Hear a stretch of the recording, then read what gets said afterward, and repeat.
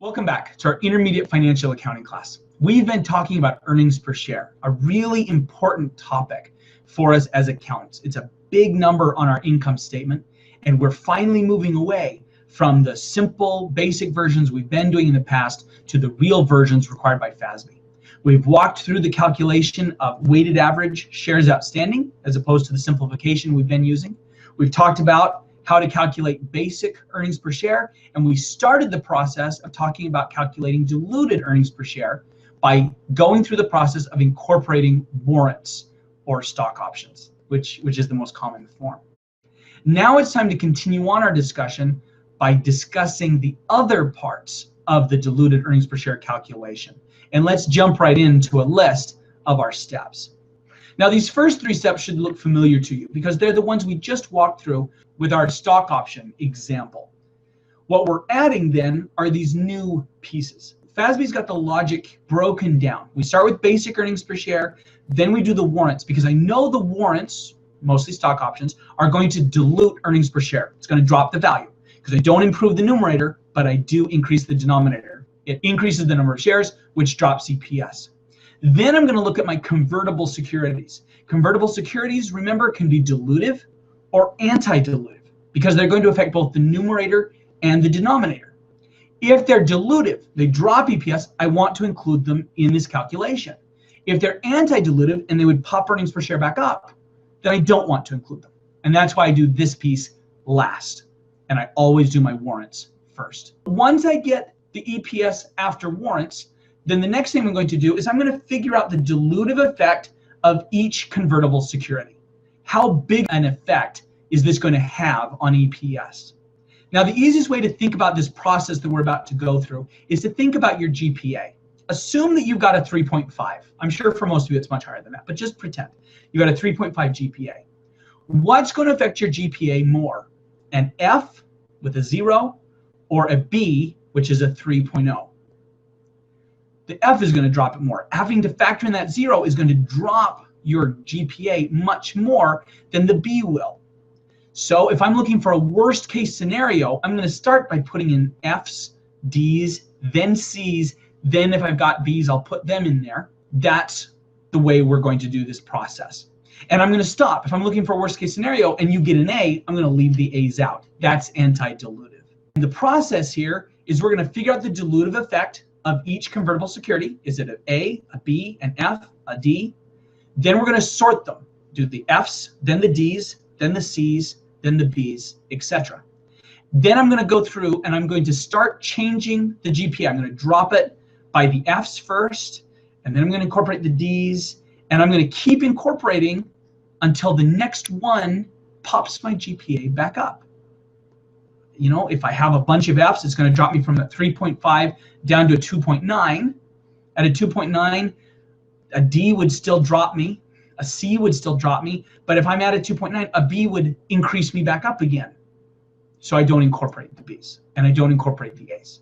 That's this whole process in a nutshell. And it's something that you do every single semester. So if you can just remember that it's like incorporating grades into GPA, this will be a really straightforward process. So let's go ahead and look at our example again. This is still JKL, but now we're doing real diluted earnings per share. So we've got all this basic information. It's still the same. We've got those stock options that we've already talked about and incorporated in. What we're missing is this last piece. Half of the preferred stock can be converted to 3 shares of common stock each. And we've got $3 million in convertible bonds that were sold at face value. They pay interest semi-annually. And each of them can be converted into 50 shares of common stock. We want to know what diluted earnings per share will be, the actual diluted earnings per share that goes on the income statement with everything incorporated into it. So let's start out. Again, we've done step 1. That was the basic EPS. We've got that number. We've done steps 2 and 3, which was to incorporate the warrants. We're going to jump right into step 4, which is going to have us look at the effects of each convertible security. Step number 4, determine the dilutive effects of each convertible security. And in this case, I've got two, so I'm going to break this in half. We'll do the preferred stock first, since that was listed first in my bullets, and then we'll do the bond. So for preferred stock, the first thing I need to figure out is the number of shares that are convertible.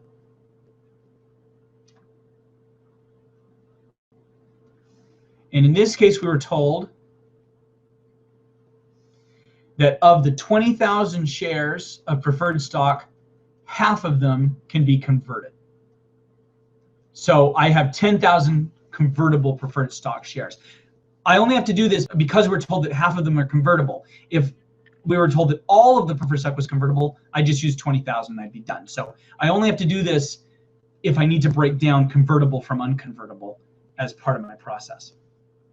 Now that I know how many shares are involved, I'm going to start by figuring out the effect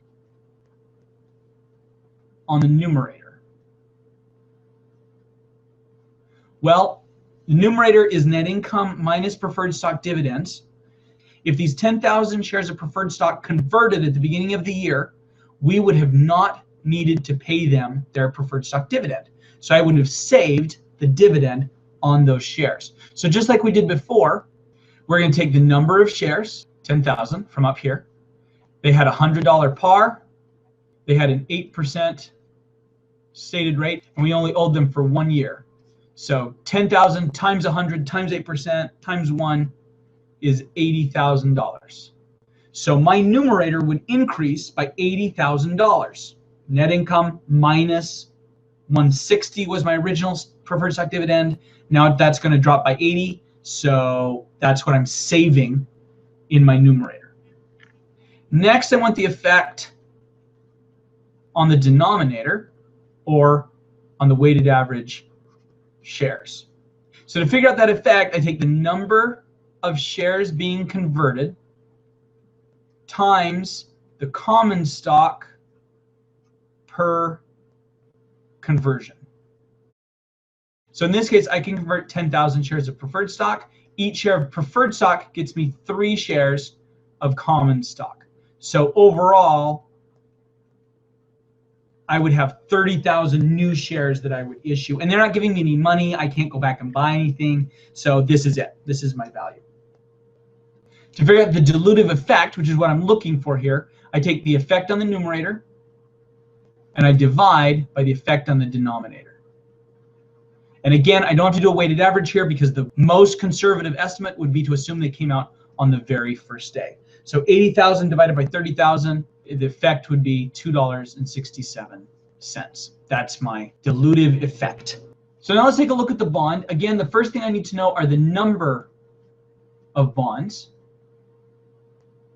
that are convertible. We're told that it's a $3 million bond.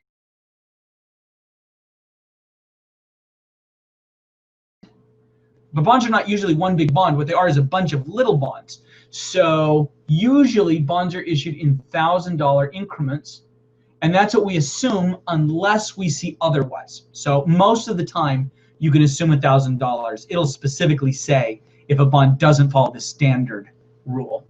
So that means then that there are 3,000 bonds that I'm looking at here if they converted. Now that I know my number, I can get the effect on the numerator. And we start that by figuring out the interest saved. So let's see, a $3 million bond. The interest rate on the bond was 6%.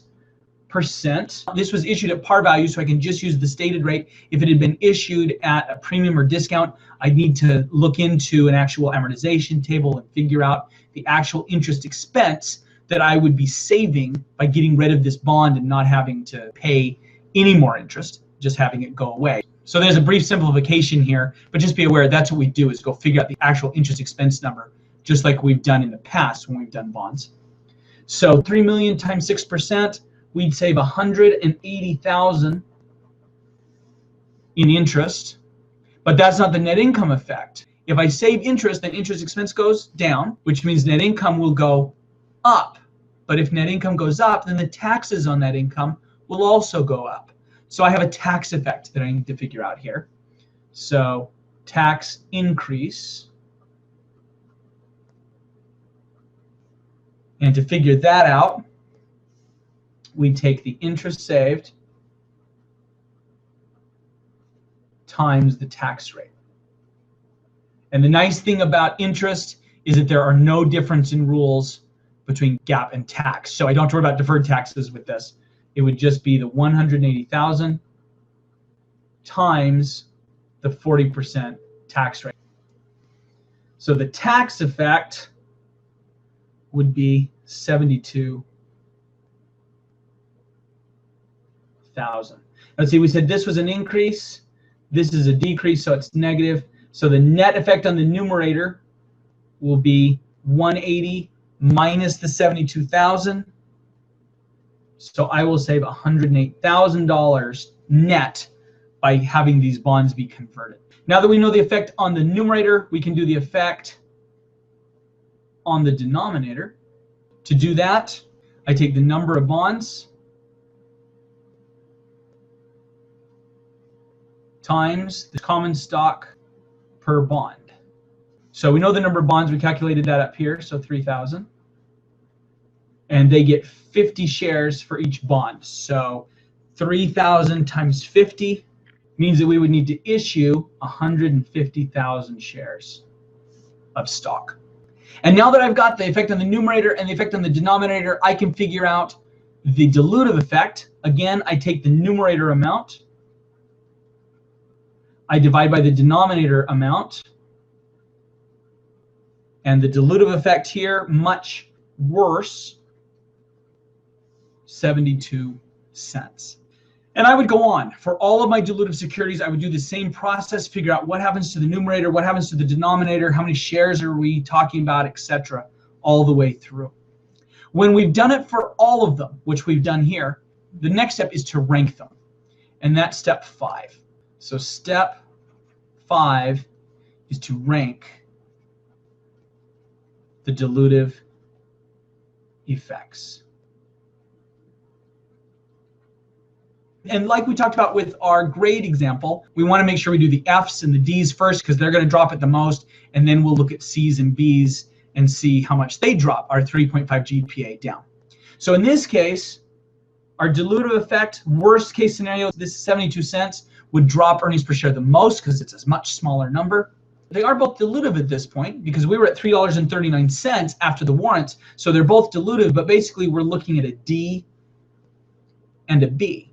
A slight drop and a really big drop. Step number 6, we're going to incorporate this bond effect, and then we'll look at the preferred stock. Step number 6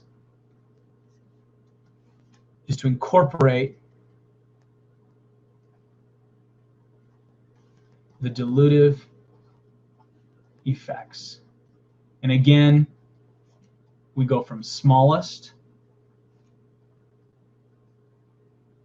to largest. So in this case, we start with the bond.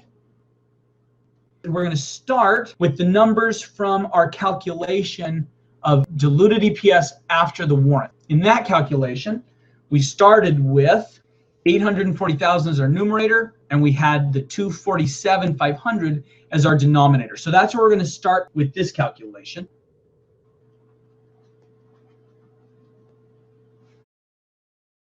And we had 247,500. Now we're going to add the dilutive effects of the bond. So the bond would increase the numerator by 108,000, would increase the denominator by 150,000. So I end up with new values 948, and the new number of shares for this worst case scenario.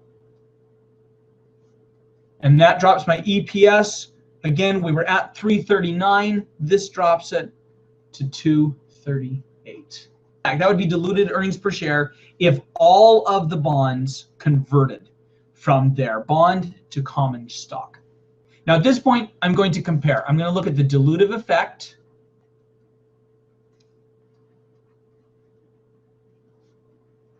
of the next convertible security. And I'm going to compare that with the new earnings per share. So the dilutive effect of the new security was $2.67. That's what we calculated for the preferred stock. And we're going to compare that to the new EPS. That's this number. And it looks like that the new EPS is less than the dilutive security. Well, that means if I were to add in this dilutive security, that's like adding in an A to our GPA. We're at 3.5. If I add an A, it pops it back up. This is anti-dilutive, so I won't include it.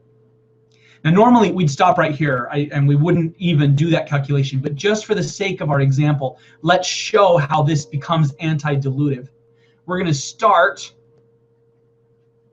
948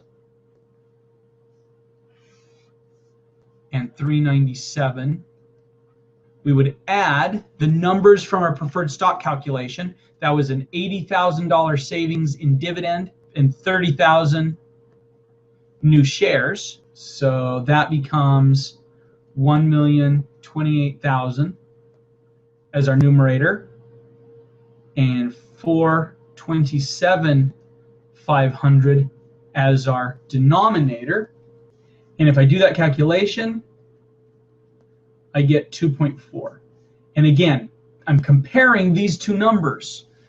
Remember, FASB wants diluted EPS to be a worst case scenario. If I include the effect of the preferred stock dividend, it's not a worst case anymore because it pops it back up. The worst case scenario is up here with the $2.38. So when I'm doing my diluted EPS calculation, I get this long list of all my dilutive securities. I've already done the warrants because I know they dilute it every time. Now I'm looking at this long list and I just incorporate until I get to the point where the next dilutive effect is bigger than the EPS I just calculated. And I stop there.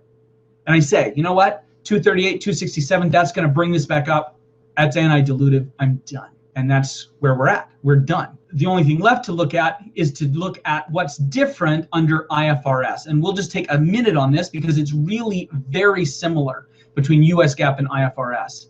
Under US GAAP, we use quarterly averages when we figure out the price paid for warrants. Under IFRS, they just use an annual average. Not a big difference, just a little difference in the way we do the calculation. But remember, earnings per share in US GAAP, we tend to do these 10 Qs. So we're reporting these quarterly numbers and then doing an annual number at the end. So a little bit more involved with US GAAP, a little simpler with IFRS because we can just use that annual average. Now that wraps up our discussion of earnings per share. What we need to still talk about though is the journal entries. We've done all these different convertible securities. We've looked at bonds and preferred stock and stock options, and we've talked about some of them in the past. We need to make sure we're comfortable with the journal entries that would go along with them actually coming in and using these securities. And that's what we're going to talk about next time. We'll see you then.